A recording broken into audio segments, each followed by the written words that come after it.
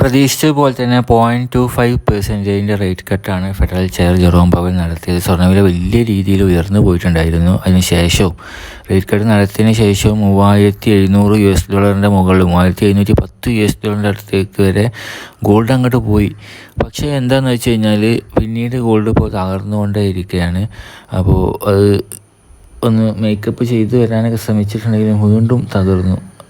Rate കട്ടിന് ശേഷവും rate കട്ടിന് മുമ്പും gold ഉയർന്നു, റേറ്റ് കട്ടിന് ശേഷവും ഗോൾഡ് ഒരുപാട് ഉയർന്നു. പക്ഷേ പിന്നീട് ഇപ്പോൾ വീണ്ടും ഇടിഞ്ഞുകൊണ്ടിരിക്കുകയാണ്. അതായത് നാളെ ഇന്നൊരു 600 കൂടിയേക്കാവുന്ന അവസ്ഥയിലായിരുന്നു ഗോൾഡ്.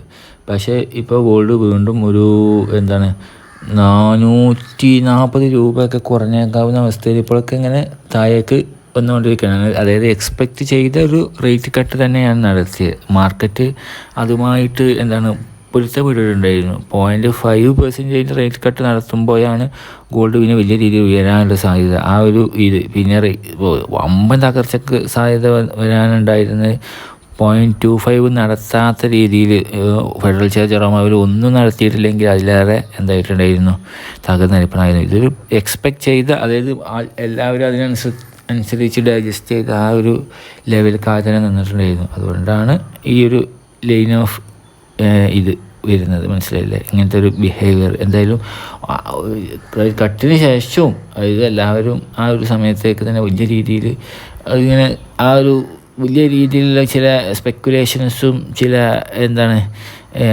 ആൻസൈറ്റിയൊക്കെ ഉള്ള ഒരു പ്രത്യേക സമയമായിരുന്നു ആ സമയം. അപ്പോൾ വീണ്ടും ഗോൾഡ് ഉയർന്നു പോയിട്ടുണ്ടായിരുന്നു. പക്ഷേ ഇപ്പോൾ ഇടിഞ്ഞു കൊണ്ടിരിക്കുകയാണ്. ഇപ്പോൾ ഉള്ള പ്രൈസ് എന്ന് പറഞ്ഞു കഴിഞ്ഞാൽ ഒരു 81,900 എത്ര ഉണ്ട് ഓർമ്മയില്ല ശരിക്ക്.